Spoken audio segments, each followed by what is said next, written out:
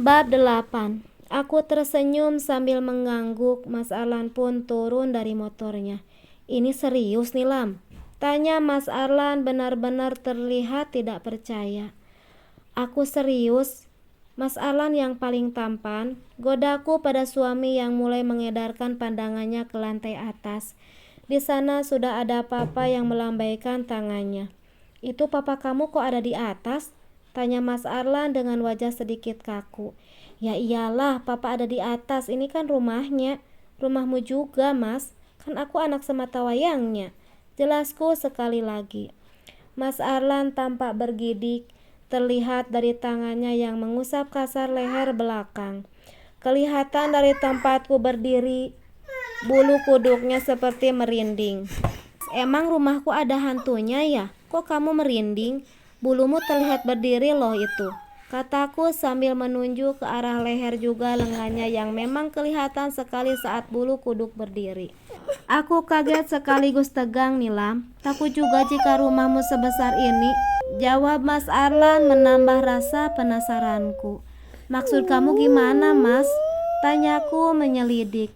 Aku takut mencintaimu Nilam. Khawatir saat aku sudah amat sayang tahu-tahu hanya dipermainkan. Celetuk Mas Arlan. Aku tertawa mendengarnya, lalu menarik kedua telapak tangan Mas Arlan dan meletakkannya di atas dada ini. Pegang jantungku Mas, kalau kamu minta pun akan kuberikan. Jawabku singkat. Jujur, aku sangat kagum dengan kepribadianmu. Jadi takkan mungkin mempermainkan dirimu Mas. Tambahku lagi. Hening. Mas Arlan tampak diam. Sesekali ia menghela napas dan menghembuskan sambil menutup sedikit wajahnya. Lalu kalau boleh tahu apa tujuan menutupi jati diri keluarga? Tanya Mas Arlan masih diselimuti rasa penasaran. Aku langsung menarik tangannya dan masuk setelah melihat satpam membuka garasi dengan sangat lebar. Motorku Nilam, teriak Mas Arlan sambil menoleh ke belakang. Gampang, nanti Pak Supri yang masukin, jawabku dengan posisi tangan bergelayut di lengan suami. Kaki Mas Arlan melangkah tapi matanya berkeliling ke seluruh sudut rumah. Aku melihat betapa terkejutnya Mas Arlan melihat ke dalam. Kolam ikan yang berada di taman depan membuat suasana rumah semakin menakjubkan. Ditambah melewati parkiran mobil yang sudah terparkir lebih dari 5 merek termasuk Alphard sebagai mobil keluarga saat kami jalan-jalan. Mbok Sumi membuka pintu lebar-lebar. Mas Arlan membuka sandalnya ke dalam. Ia ingat di rumahnya yang harus membuka sandal ketika masuk ke dalam. Mas, sandalnya pakai aja, suruhku ketika melihat suami melepaskan sandalnya. Kotor sayang, kan tadi habis hujan, jawab Mas Arlan. Sudah, tugas yang bersih-bersihlah Mas. Mereka kan digaji untuk membersihkan. Timpalku membuat Mas Arlan tersenyum paksa. Kami melanjutkan langkah ke lantai atas dengan menapaki tangga. Mas Arlan masih menyorot sudut ruangan rumah. Bahkan langkahnya terhenti ketika ada foto yang menempel di dinding. Ia perhatikan fotonya untuk meyakinkan dirinya bahwa ini adalah kekayaan yang nyata, bukan rumah sewaan ataupun rumah orang yang sengaja diakui. Jadi ini serius ya Nilam? Kamu benar-benar anak sultan. Masya Allah, aku benar-benar minder, ungkapnya saat menapaki anak tangga. Aku cinta kamu apa adanya Mas. Meskipun Ipa dan mertua tidak menyukaiku, yang penting itu kan kepribadian Mas Arlan yang benar-benar bijaksana, jawabku sambil terus bergelayut di lengannya. Aku malu punya saudara dan mama yang selalu menghina kamu, padahal orang yang dihina derajatnya melebihi mereka berkali lipat. Inikah maksudnya kalian merahasiakan ini semua? Tanya Mas Arlan mulai tahu bahwa kami memang sengaja melakukan ini hanya karena ingin melihat wujud asli orang terdekat Mas Arlan. Semua dinilai dengan hartanya, semua diukur dengan yang dimiliki. Bahkan mereka menyingkirkan adab hanya karena ingin merendahkan orang lain yang tidak memiliki apa-apa. Papa melambaikan tangan di taman atas bersama Mama dan Om Farhan. Kolam renang yang ada di lantai atas membuat Mas Arlan kembali terperangah menyaksikan semuanya. Mereka sudah menyambut kami dengan berdiri. Mas Arlan sontak meraih punggung tangan kedua orang tuaku dan juga Om Farhan. Kok lama, Lan? Tanya papaku, Ruslan Aryadi. Itu, Pah. Tadi antar mama ke pasar dulu. Jawab Mas Arlan terbata-bata. Silakan duduk, Lan. Suruh mamaku menyusul bicara. Mama Ayumi yang selalu mendukung keputusan anaknya. Mas Arlan duduk sambil menundukkan kepalanya seraya menunjukkan kesopanan. Ia lebih banyak diam sambil menunduk malu. Gak seru deh kalau kamu seperti ini. Ejekku sengaja. Sayang, aku malu. Ini mertuaku orang kaya raya. Aku ini orang rendah yang kuliah saja gak lulus. Jawab Mas Arlan pelan. Ia hanya berbisik di telingaku. Om Farhan mengeluarkan suara seraya mengejekku.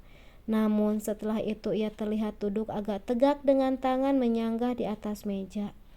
Arlan, saya ini bosnya Gary loh, kakak kamu.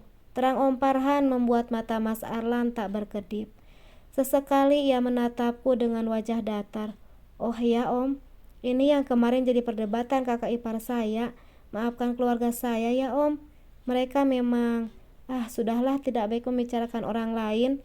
Ujar Mas Arlan yang memang kurang menyukai membicarakan orang lain, siapapun itu. Kedua orang tuaku saling menatap. Mereka berdua berdecak kagum melihat sikap Mas Arlan.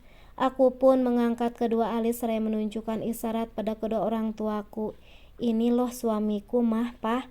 Memang hatinya itu selembu sutra. Pokoknya dia benar-benar ngegemesin. Celetukku sambil mencubit pipi suami.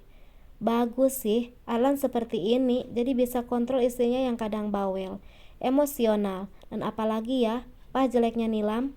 Ejek mama membuat suasana yang menurut Mas Arlan tadi menegangkan kini berubah mencair. Kami tertawa lepas mendengarkan ejekan mama. Minuman mulai datang, beberapa cemilan pun disuguhkan untuk kami. Mbok Sumi sempat menawarkan cemilan lain, tapi Mas Arlan menolak.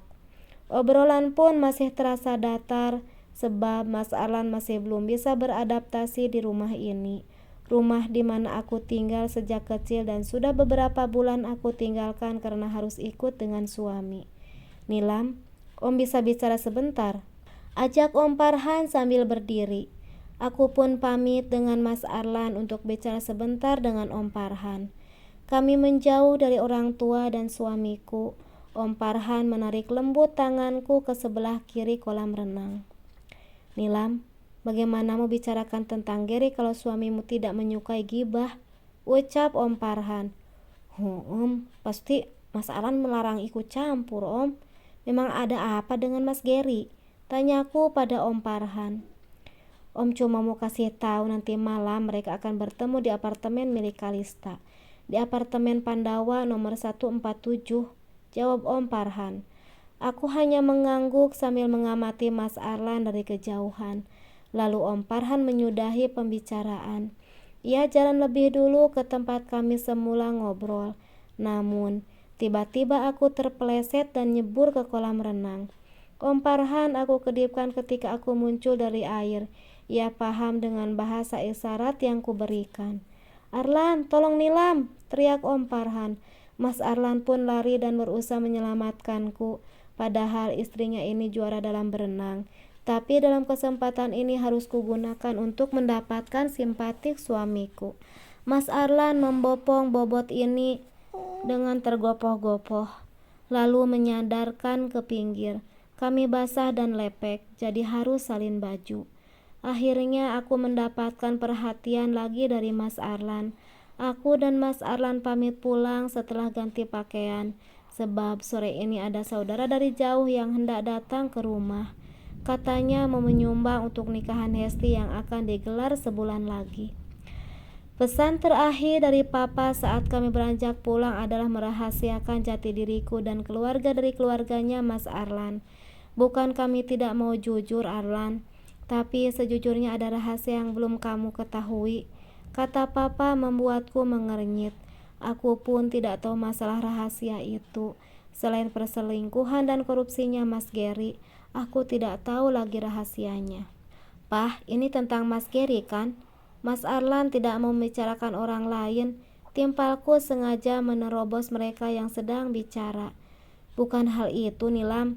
Ini tentang Bu Desti. Kan kamu kemarin nyuruh Papa cerita tentang Bu Desti ibu kandung Arlan atau bukan. Terang Papa membuat aku dan Mas Arlan saling beradu pandang.